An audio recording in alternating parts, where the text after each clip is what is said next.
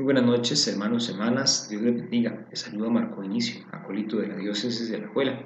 Actualmente pues estoy sirviendo acá en la parroquia San Rafael de Arcángel en Atenas. Un gusto saludarles y pues quisiera compartir con ustedes un poquito de esta temática que vamos desarrollando en torno a esta formación. Y se me ha pedido sobre todo tocar algunos aspectos esenciales de la categoría de los signos de los tiempos en el Concilio Vaticano II. Debemos recordar que el Concilio Vaticano II viene a marcar en concreto la historia de la Iglesia Universal. A partir del año 1962 se va desarrollando este concilio convocado por el Papa San Juan XXIII y que le da la continuidad al Papa San Pablo VI en 1965, que tiene su clausura. Un elemento importante de esto es que la Iglesia se sienta a discernir propiamente en su caminar, en un tiempo y en una población concreta.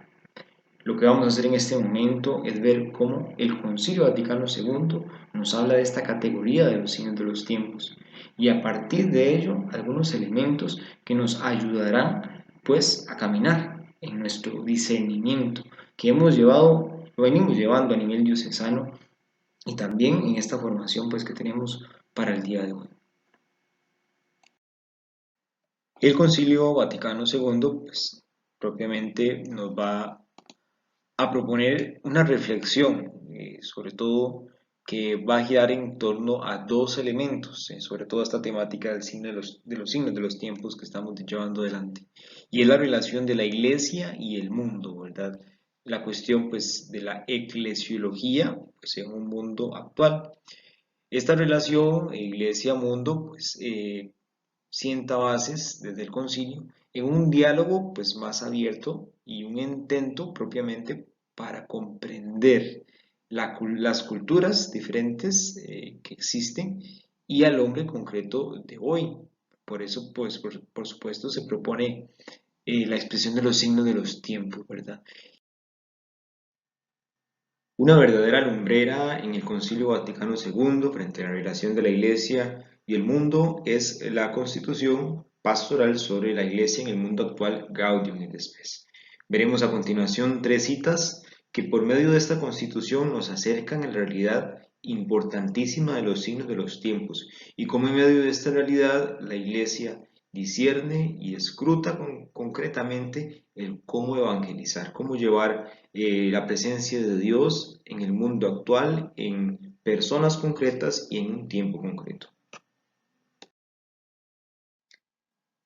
Una primera cita de este documento, sobre todo, sería el numeral 4, que dice así: para cumplir esta misión, la misión de la iglesia propiamente, es deber pues, de la iglesia ella misma el escrutar a fondo los signos de los tiempos e interpretarlos a la luz del Evangelio, de forma que acomodándose a cada generación pueda la iglesia responder a los perennes interrogantes de la humanidad sobre el sentido de la vida presente y de la vida futura, y sobre la mutua relación de ambas. Ahí pues va sembrando pues esa inquietud, también podemos decir que está dentro del hombre, ¿verdad? El sentido de la trascendencia del ser humano, ¿verdad?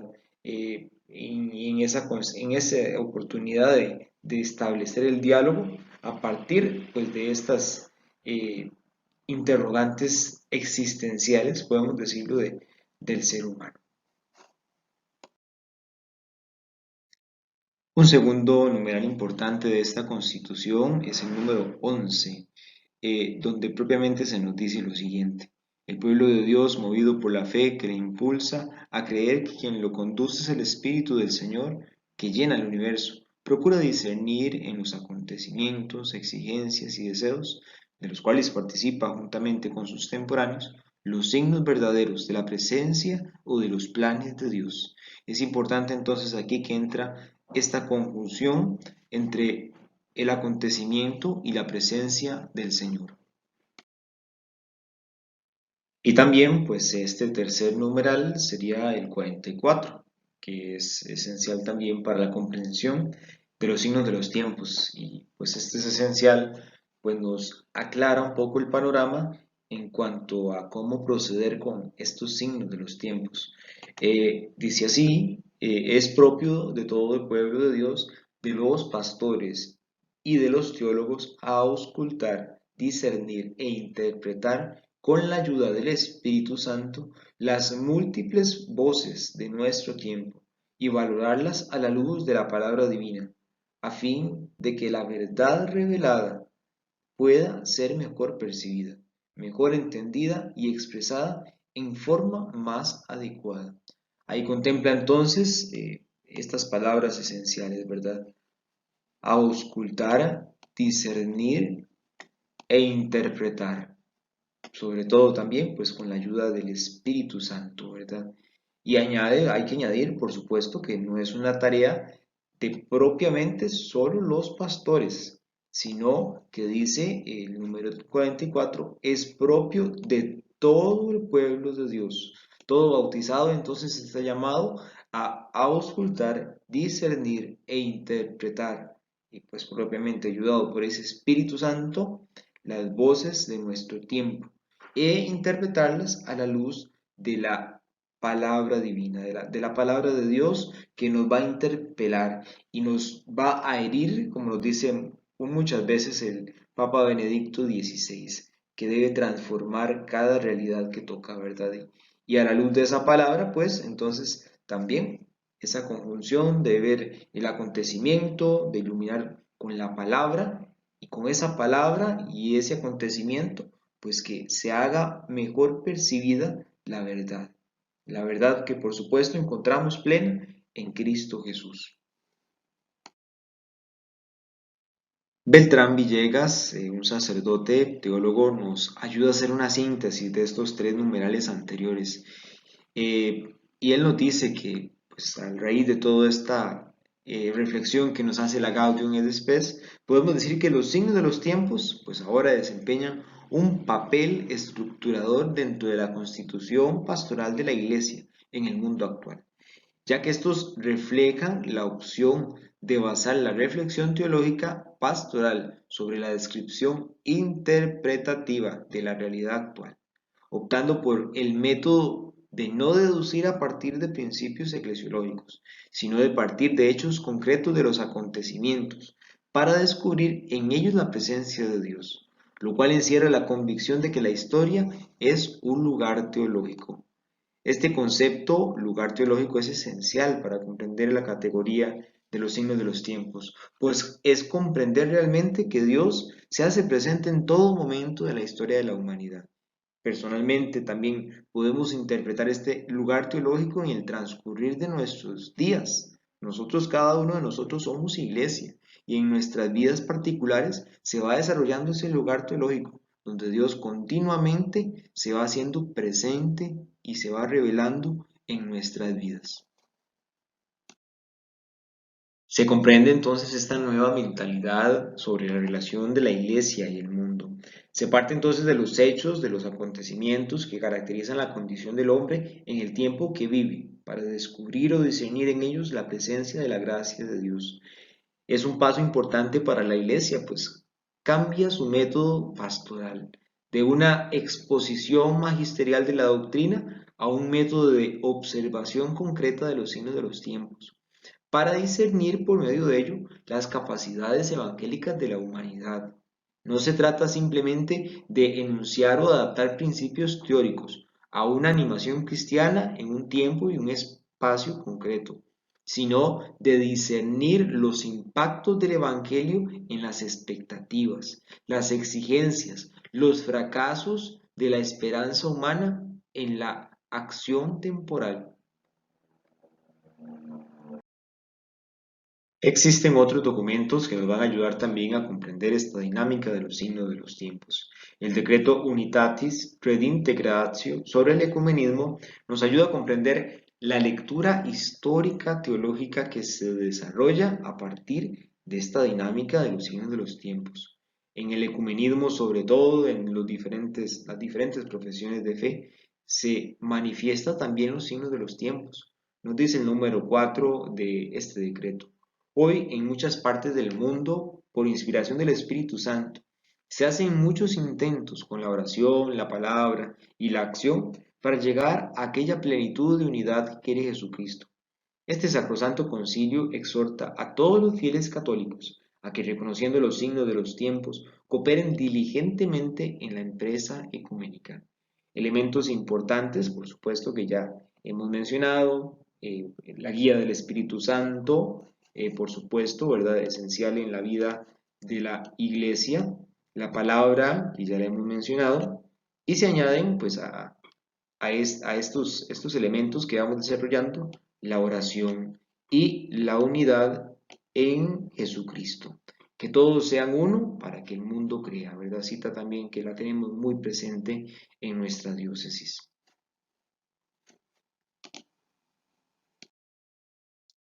La Declaración Dignitatis Humanae sobre la libertad religiosa nos ofrece también una lectura sociológica pastoral. Analiza el hecho también pues, de las personas y su interacción y también pues obviamente desde una visión pastoral.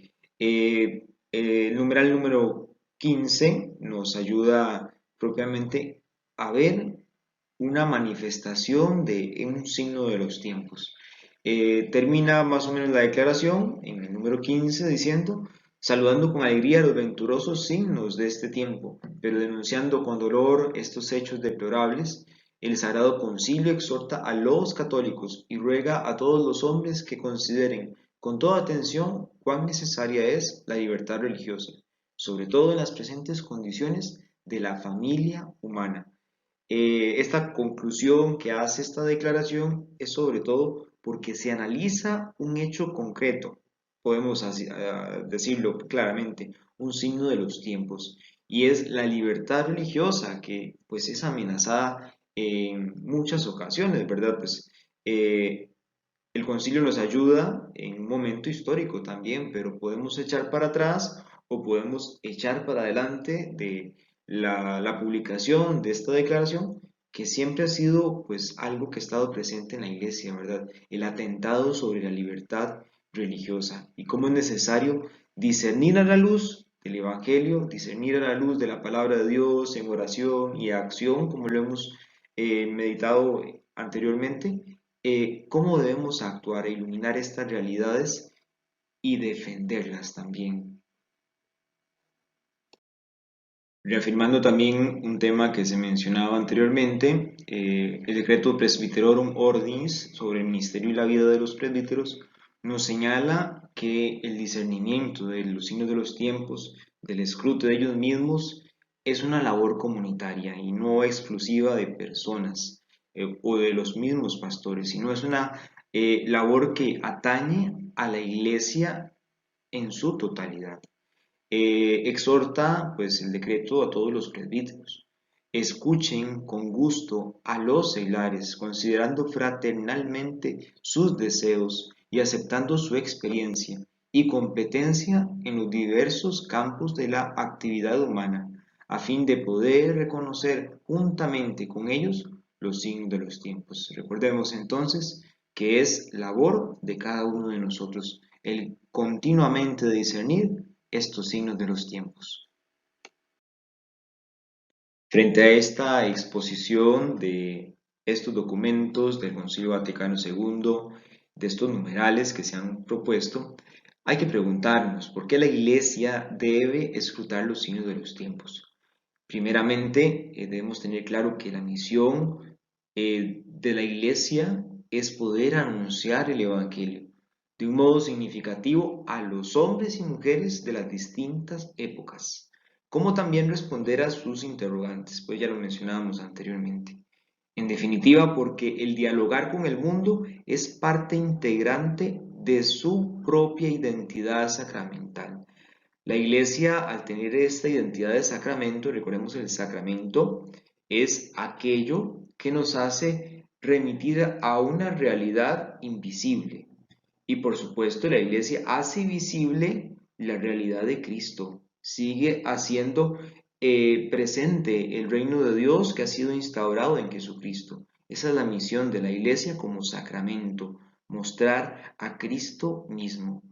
La convicción también de que Dios está presente en los distintos acontecimientos temporales, razón por la cual estos tienen la capacidad de interpelar a la Iglesia y manifestarle los indicios por donde se orienta la voluntad divina. Estar atentos a los acontecimientos, a estos signos de los tiempos que van ocurriendo en nuestra temporalidad, es también la forma en que el Señor nos va indicando el camino a seguir. Él ha prometido que ese espíritu nos iba a acompañar, que Él mismo no nos abandonaría. Entonces debemos estar atentos a esa voluntad divina que se va manifestando en nuestro tiempo y en nuestros lugares donde vivimos. Los signos de los tiempos ubican a la Iglesia entonces entre una doble realidad. La contemplación, entendida como esa expectación de la Iglesia en medio de la realidad que está sumergida, pero no una contemplación pasiva ni menos acomodativa, que la Iglesia se acomode al mundo o a la realidad en la que le toque vivir. No, al contrario, más bien es que esa contemplación, esa expectación la lleva a actuar, a una acción, una continua vigilancia para poder dar respuesta a las interrogantes del hombre y exponer a la verdad. Jesucristo, camino, verdad y vida. Aquel que nos ha amado, aquel que nos da nuestra salvación. Es importante saber que lo principal no es el contenido bruto del acontecimiento, es decir, por sí solo, el acontecimiento como tal, por importante que sea en la vida de la humanidad, sino la toma de conciencia que este acontecimiento desencadena, captando las energías y las esperanzas de un grupo humano, más allá de la reflexión de tal o de cual individuo que tome en cuenta este acontecimiento. En definitiva, hablamos de signo por aquella conmoción que provoca, de modo que hace aflorar una nueva conciencia en el movimiento de la historia. El signo de los tiempos es un sobresalto, una ruptura en la continuidad del tiempo, que se ha ido adecuando y cargando, preñado hasta ponerse en un estado de esperanza. Toca entonces esas cuestionantes del hombre, ¿verdad? Hay que saber identificar entonces esos signos de los tiempos. También están en el estado de esperanza, de las cuestionantes que tiene el hombre existencial, ¿verdad? Eso es en realidad pues un signo de los tiempos. Hay que estar atento pues a estos elementos que nos ayudan a identificar esta categoría que se nos propone, sobre todo a partir del Concilio Vaticano II. Para la Iglesia, buscar los signos de los tiempos no significa que deje de lado las verdades eternas, sino que de alguna manera lo que ocurre es que el tiempo le proporciona las señales del encuentro entre el Evangelio y la esperanza de los hombres, lo que acabamos de mencionar, ¿verdad? Esos acontecimientos que marcan su historia, su vivencia. Y pues entonces se parte de un análisis sociológico de interacción de los hombres, de su realidad, de lo que está pasando, y se abre a partir de ello, y iluminado por el Evangelio, la oración, la palabra de Dios que mencionábamos antes, a un análisis teológico de la presencia del Señor. A la luz de la palabra de Dios, desde la fe, los signos de los tiempos son una invitación a entrar en el designio final. El cristiano está a la escucha de su mundo, de los acontecimientos, con la posibilidad de llevarse la feliz sorpresa que desde la fe se encuentra en diálogo con el mundo y de reconocer la gracia actuando en los que no se dicen incluso cristianos, pues la actualidad del Evangelio pasa por las cuestiones de los hombres, por sus cuestionantes, como lo vimos antes, por sus preguntas existenciales. La novedad del Evangelio siempre impacta la realidad del hombre. Hemos mencionado atrás, hiere propiamente su corazón y pues lo hace cuestionarse de sí mismo. Comprendemos con ello la nueva mentalidad que adquiere la Iglesia. Ella se autocomprende como servidora, camina junto con el hombre que está en una búsqueda de la verdad plena. La Iglesia ofrece la compañía de la fe ante las búsquedas existenciales de tantas preguntas de los hombres en medio de su mundo, en medio de su vida. Un segundo elemento, la Iglesia pide ayuda a partir de ese momento a los hombres de su tiempo para leer los fenómenos humanos y las tensiones que se crean en la historia. Hay aquí un aspecto importante, pues se recupera en la Iglesia la categoría de ser discípula, reconociendo en Cristo al único Maestro. La Iglesia descubre un nuevo modo de ubicarse frente a las culturas y frente a la sociedad.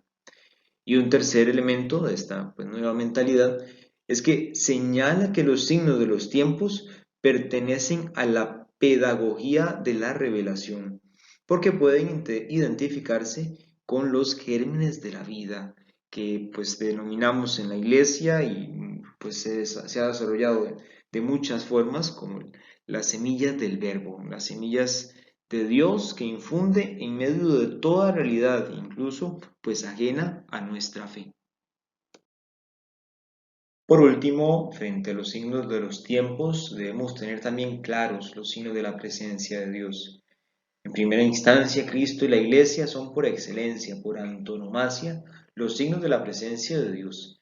En este sentido, se puede hablar de ellos como signos de los tiempos fundamentales, ya que orientan la historia escatológicamente, es decir, hasta el fin de los tiempos, y dan plenitud y significado al devenir histórico, el transcurrir de cada uno de nuestros días. Y frente a ello, nos ayuda a entender esta realidad Colosenses, San Pablo, los Colosenses 1:16, la parte donde nos dice, todo fue creado por Él y para Él. La creación propiamente, la iglesia, cada uno de nosotros se refiere a aquel que se nos ha revelado, Cristo mismo, ¿verdad?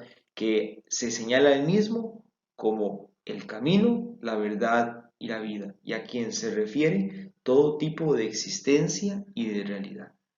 Y también, en una segunda instancia, los signos de la presencia de Dios son también aquellos acontecimientos históricos y aspiraciones de los hombres que de alguna manera determinan el progreso de la humanidad y orientan hacia la adquisición de nuevas formas de vida más humana. Esto también lo podemos entrelazar con las semillas del verbo que mencionábamos anteriormente. Es la marca que ha dejado el Creador en la criatura, tantos signos de bondad que se acercan, aún sin saberlo, al conocimiento de Dios, a la verdad y a ese Dios que nos ha amado y nos ha creado con amor.